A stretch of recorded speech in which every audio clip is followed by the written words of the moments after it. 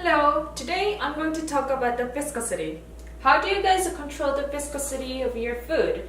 For instance, cream or syrup, oil, sauce, and etc. You guys might be using any kinds of starch and having a problem with controlling the viscosity with that. It could change the flavor, the color, and even the taste. So here's the solution. The VISCO. VISCO is literally solve the problem of the viscosity.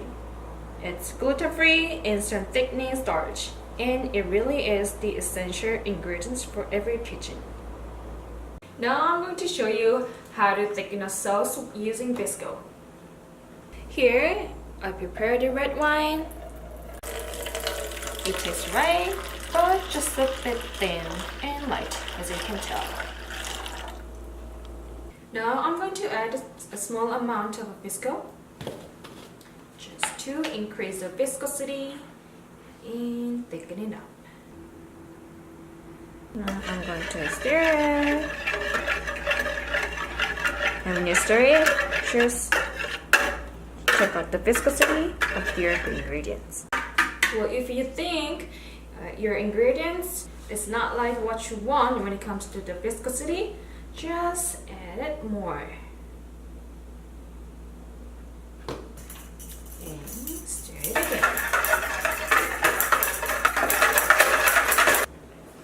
Look at this red wine sauce that I just made.